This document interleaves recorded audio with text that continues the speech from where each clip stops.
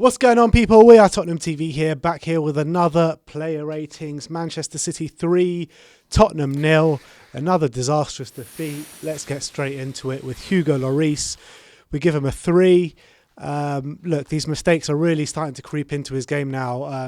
Last 2 games have not been good enough from Hugo, and the penalty save, or the penalty goal, I can kind of move past, just because it's a penalty, and obviously it's hard to save a penalty, but. He should have got there. He dived the right way. It was a poor penalty. He got a hand to it, and it goes in. The next one I'm really pissed off about, because it just goes straight through him. No, there's no reason not to save that. Yeah, both of them are really poor, I feel. For most, as you say, most times you can forgive a penalty save, but that's actually one instance where he actually gets really good hand to it, and he actually, from the position he gets himself in, he actually has to be saving that penalty. The second one, yeah, also very poor. The only sympathy I had is his very close range, so he had a very short reaction time. But the fact that it was very close to him, again, he's usually very good at getting down low and pushing those shots away.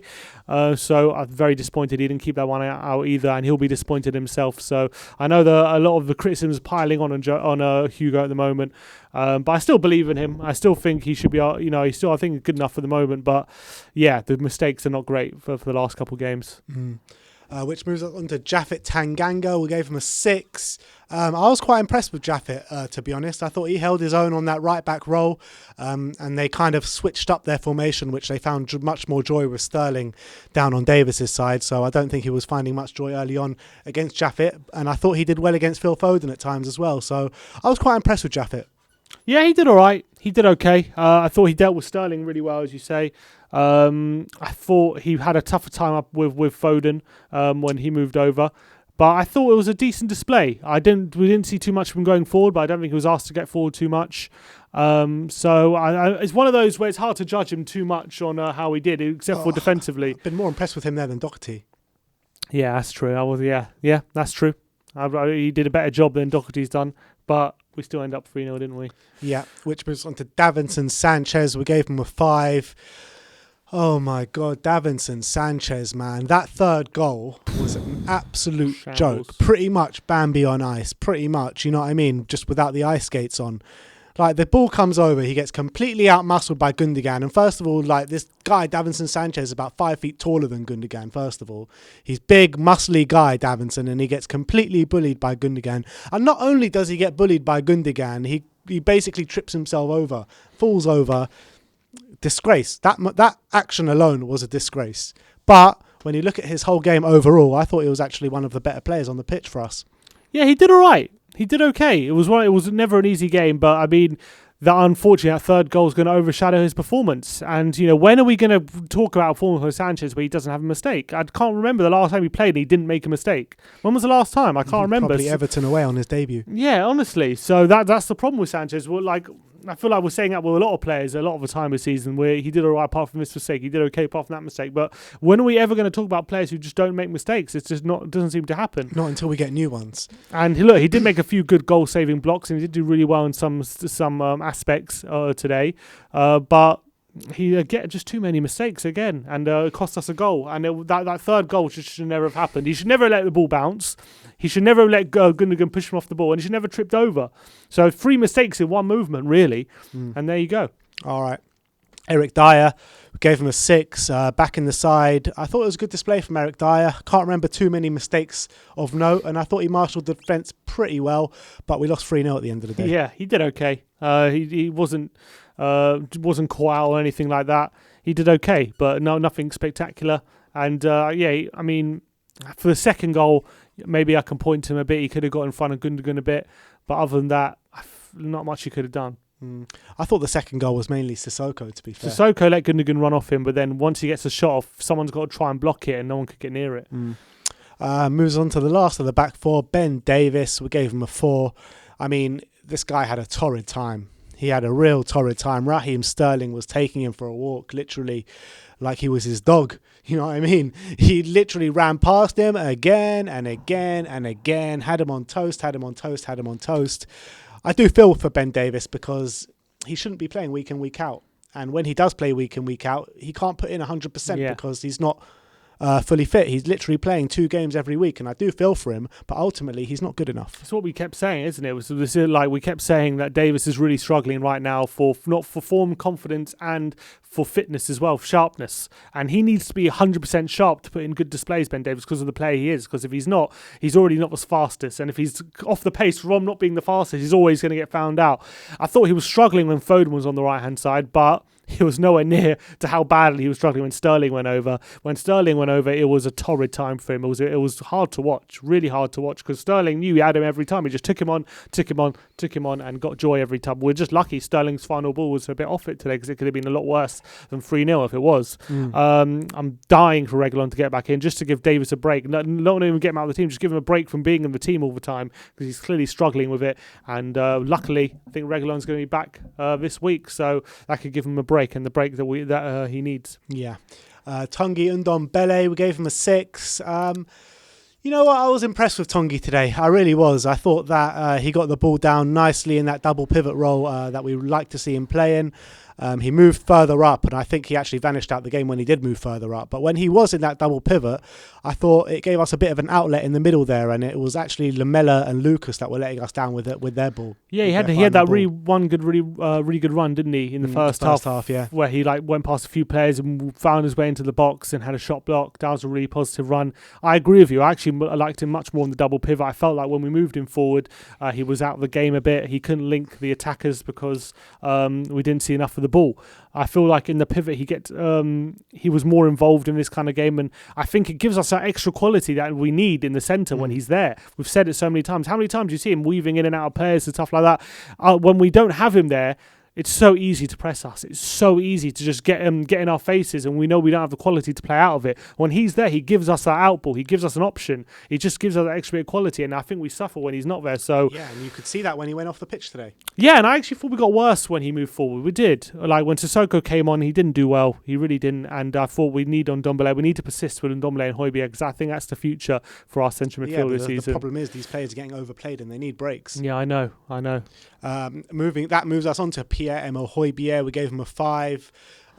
Look, whether you think it's a penalty or not, that's beside the point. I thought Højbjerg started the game really well. I thought he was one of the better players on the pitch, never mind on tours. I thought he was one of the better players on the pitch. He was literally everywhere, biting the challenge, aggressive. And then we give away that penalty, which we'll talk about in a minute. But after that penalty, I thought it really affected him. And I didn't see him in the game much after that. And I thought that we lost a lot of bite in midfield. Yeah, and there's everyone saying he's being overplayed. He's playing every game. Even in Europa League games he had to play, didn't he, at the beginning of the season, because we couldn't play without him.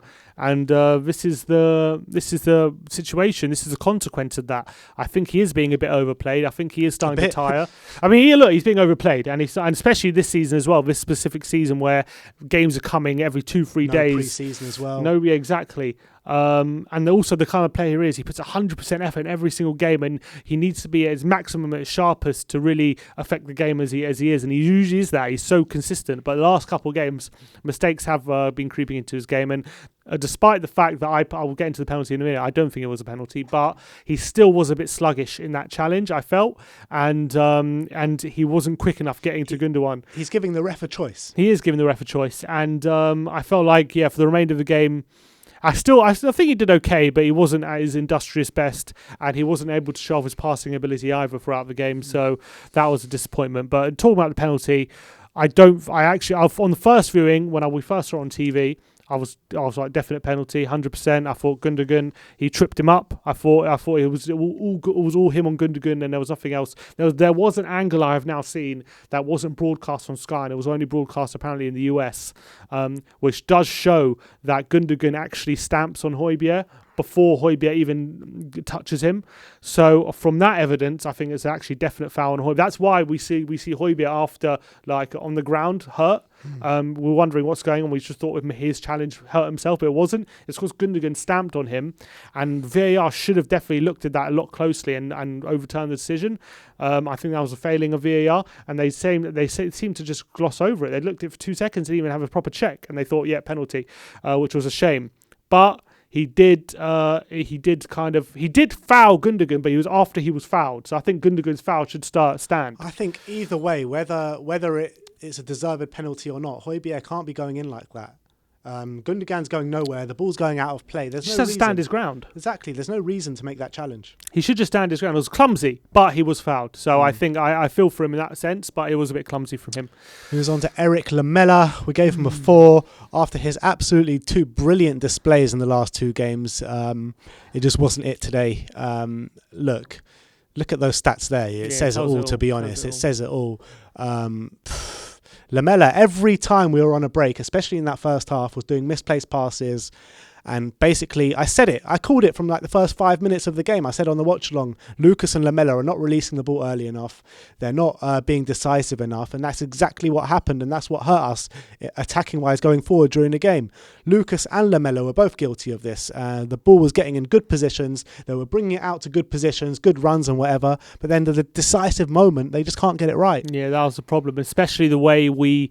against the opposition, you need to make those decisive moments count every time. You can't waste them, and we were wasting, and he was one of the biggest culprits of that. I thought he was getting really, especially in the first 25 minutes, he was doing some really good stuff to get in good positions, like dribbling past some players, like past Jesus. I remember once he was holding him off, getting in on the back 4, and then when it was time to release, he would hang on to it and not release Son or not release Kane when he needed to be, and then the chance was gone, and he was either forced backwards or it was a misplaced pass. How many times were we many times were we like 3 on 4, like 3 Spurs attackers going hell for leather at the Man City defence, and then Lamela or Lucas get the ball, hold it up for a bit, and the whole of the Man City team are back.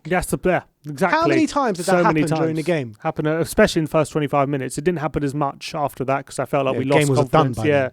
But first 25 minutes when we were really in the game, it happened time and time. And we were getting joy. We were getting a lot of joy getting into good positions, and we didn't make the most of them. And Lamela was one of the biggest, as I said, one of the bigger culprits of that. All right, Lucas Moura, we gave him a 4. Pretty much repeat what we said for Eric Lamela. But worse, probably. On Lucas Moura, tiny bit worse, Yeah, but a tiny bit worse. Pretty much same thing. All right, let's move on to Heung-min Son. We gave him a 4 as well. I thought his best work was probably defensive work, to be honest. I thought there were a few times where he won the ball in our box or in and around our box to get it away. But going forward, he was completely isolated, never got any service whatsoever. Yeah, and even when we had the opportunities to play him in, we didn't do it. We didn't do it at the right times. And I did feel for him a bit. I felt like he was doing so much defensive work. It was very hard for him to get up the pitch. That's always been a problem I've had with Son playing on left wing under Jose Mourinho. A lot of the time he's always kind of found himself on that left hand side defending so much the fullback that when it's time to attack he's either doesn't have the energy to do because he's spent so much time tracking back, or he's not in the right positions to get the ball in attacking positions. We did find a solution earlier in the season where he was getting the right positions, but yesterday was another example of him not, and he was just very anonymous. Unfortunately, that's the truth. He didn't get involved in the game, and part of me wishes that he was in the positions that Lamela and Lucas were instead of them. But unfortunately, he was too busy back in trying to get forward and helping the team rather than being in attacking positions when we were going forward. Maybe Lucas and Sonny should have swapped positions, to be honest, because Lucas is not a bad defensive player. He's you not. Know what I mean, he's not. So let's move on to Harry Kane. We gave him a 5. Took a brilliant free kick, nearly to put us 1-0 up. Hitting the post or the bar. Hit the post inside of the post. Inside the post. So that was brilliant. Everyone, me and you were calling for him not to take it because he's never taken a good free kick for us and always seems to take them. But it showed he can take a good free kick at the end of the day. But all in all, on his gameplay, attacking wise, absolutely no service. I thought he did well dropping back into defence and the midfield to be an extra man there. A few times he got the ball headers away from inside our own box, but again, like Sonny, no service. Yeah, I've also felt for him as well, very, very isolated. How many times I remember Kane, he's got the ball, he's got it in space, yet he's got no support, and he's got like 3 or 4 defenders incoming on surrounding him, and sometimes he even did well to wriggle away from them, but again he wriggles away and there's no support for him. So I really did feel for him yesterday. He was really people say it's very easy to say, oh, he looked tired and everything, but it's easy to look tired when you've got 3 or 4 players to get round, you know what I mean, and do you have to do it all yourself. And also when you're just completely running your socks off and you're getting no service. Exactly, and you're trying to do a press by yourself as well. Some of the times it's very easy to look tired in that situation. I don't think it was a tired side this issue. I think it was an issue of help and support. Yeah. And I thought in the first 25 minutes, he had players around him, but once the energy and the confidence sapped from the team, no one was getting near him, and that was a big shame. Moussa Sissoko coming on at half time. We gave him a 4. Came on for Lucas Moura, which I thought was the wrong sub. So you got to put that as a down mark on Jose for this one. But I don't think he added literally anything to the team. Literally made us worse. I think. I Probably, really believe that. I think he made us worse. I can understand what he was trying to do, but it didn't work. He tried to add more energy and more steel to the centre. But once we conceded the second in the beginning of the second half, that's what I felt. Done. That's what I felt. I felt like you have that Sissoko sub to keep yourself in the game, because you feel like if you don't have him on, you might concede a second, and if you concede a second, then it really is done. But once you have Sissoko on the pitch, pretty much I felt like the role of Sissoko was to kind of keep you in the game up until the last 10 minutes, then have a go. But the fact is, he brought Sissoko on, then 5 minutes later we're 2-0 down, and then all of a sudden it really is game over, because when you're 2-0 down against a team like Man City, you have to take a lot of risks to get back in the game and use a lot of energy, and you need players in the centre of the park to really take risk, getting past players and have control of the ball. And you don't want Sissoko there. You just don't want Sissoko on the team in those situations. And unfortunately, as soon as it's 2-0, he was like a wasted player there. And so I did feel like he got that wrong. And I felt like as well, not only was it bad that he was on the pitch 2-0, it was a lot of the fact that we were 2-0 down was down to him, which is bad. I'm not sure. Did you mention the goal? You mentioned the goal. That's what I'm saying. Yeah. The goal was he let Gundogan go. He just completely he wasn't aware of his surrounding. Completely ball watching. Yeah, that's always been a criticism. Yeah, we don't have ratings for the next two players, but let's talk about them quickly. Dele Alli coming on for Ndombele. Yeah, he didn't do much, but let's talk. Dele didn't do much. I felt like Mourinho taking off Ndombele with 65 minutes gone was kind of saying, look, let's just go for the next game. I felt like because Ndombele was our only hope, really in that game. But yeah, Gareth Dele didn't do much. But Bale though, a bit better. Look, it's just one of those classic things, you know. He took it past a few players, and we're like, oh, you know what? He looks all right Bale here. Had more shots on target than anyone else. Really? How many? 2. And he had more dribbles than anyone else. And more 4, as well. 4, but that's actually quite a lot. Decent. 4 dribbles is decent. He did actually successful dribbles, you know. I thought he looked good against a strong Man City defence. Yeah. But slim pickings. But the game was over by then. It was over, and you could see Man City didn't even care that we had the ball there. Like, just go, let them. We're going to sit back, and we don't care what you do. Yeah. And they were right, because we didn't do anything. He had obviously at one moment very reminiscent of the moment against West Ham, where he dribbles past 2-3 players, wriggles in between them, and then has a shot. Actually, the shot was on target this time. It was a good save by Edison, but that was a good moment. And it was actually a lot better than the movement against West Ham. Yeah, it was better because he got the shot on target. But in terms of I'm saying the actual twisting and turning and dribbling, because he actually got past about 2-3 players. That's true. It's true. And he did seem like he came on with because as we were saying before the game, there's a lot of talk about Bale at the moment, negative talk, and maybe he came on with a bit of a point to prove. But obviously, look, we're 3-0 down. I think we'll find our answers on Thursday night, because I reckon he's going to start Thursday night. I hope so. And we'll find our answers, because at the moment I'm kind of in the camp where I don't really want to see Bale play anymore. Just because it's just like it's been a disappointment every time. But if he shows a bit of intent like that, like he came on against City, then maybe we can get something. The only weird thing that Mourinho said after the game was like, Bale gave us as much as he could in terms of minutes. He couldn't really give us any more than that. And then he said, we'll see if he's fit enough to play on Thursday. I'm like, he's fit enough, like, you know what I mean? Jose Mourinho? I think about a rating, I'd have to give him a low 1. I'd have to give him like a 4. I think he set up the team how I wanted it to be set up. We pretty much got the lineup spot on, apart from Tanganga. He put a right back because we thought Aurier was going to be fit. He started. We had Toby in there. And we had Toby in there as well. I think that was a mistake. I think he should have had a bit more experience in there. The thing is, with Toby, he's played 2 games in a week, and we already know his legs are tiring. So maybe he just couldn't play. Yeah, fair.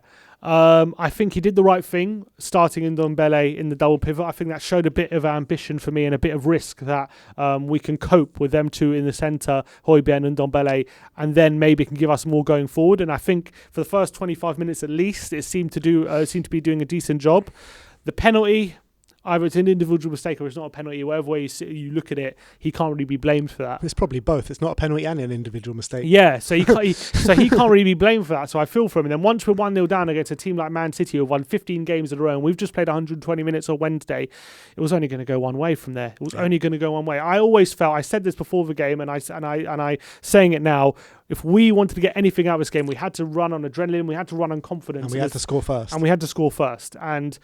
And as soon as we concede first, you saw the energy run out of the team, the confidence run out of the team, and especially in the second half, that was when it really came to a boil, because when we're chasing a game with just having played 120 minutes on Wednesday, you could see it was never going to happen. And against a team like Man City, you need to put extra running and extra effort, and you need to be even more. And with a team against the team of the quality of City, it was never going to happen for him. So I always felt this game was a write-off. I said that before the game, and it turned out to be that way. And it's a shame, and it's hurtful, and we don't want to see performances like that when it's devoid of belief and devoid of energy and confidence, and it's awful. But we just got to get this out of our minds and turn to Thursday and then West Ham, because I feel that's where the season starts now. That's where we've played Liverpool twice, played City twice.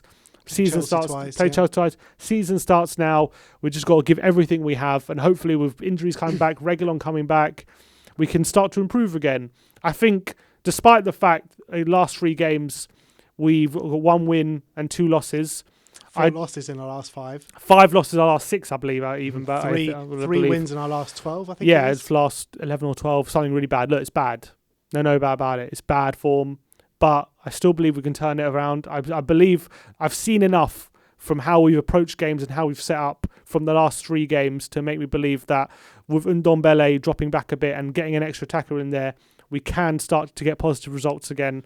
I think all it takes is to go on a run of 2-3 games for belief to start filtering back into this team. And I think from the defender's point of view, yes, they're making mistakes, and they've been making mistakes all season, but it just needs a couple of games where they're not making that many mistakes, or even where mistakes aren't costing us and they're making mistakes. Go our way for a few games, man. I'm saying they just need, yeah, exactly. I mean, we just need even games where even if we make a mistake, but it doesn't affect the result and we still win.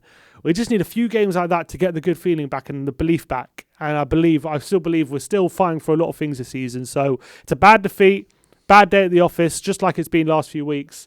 12 weeks. Yeah, but still a lot to fight for. I still believe that Jose can turn it around, and we just have to keep going. We have to keep believing. We've got Wolfsburger on Thursday, Europa League. We could maybe... You might believe that Jose can turn it around, but do you believe this defence can turn it around? Yeah. All right. I do. All right, cool. I don't believe they're going to become the best defenders in the world, but I do believe they can be better than they are. Well, they've shown that already this season. That's what I'm saying, yeah. All right, so there you have it. That is our player ratings for the disastrous defeat 3-0 against Manchester City. Let me know your ratings in the comment section below. Let me know if you agree with our ratings. Let me know if you're enjoying the show. Like, subscribe and comment. And as always, come on you Spurs.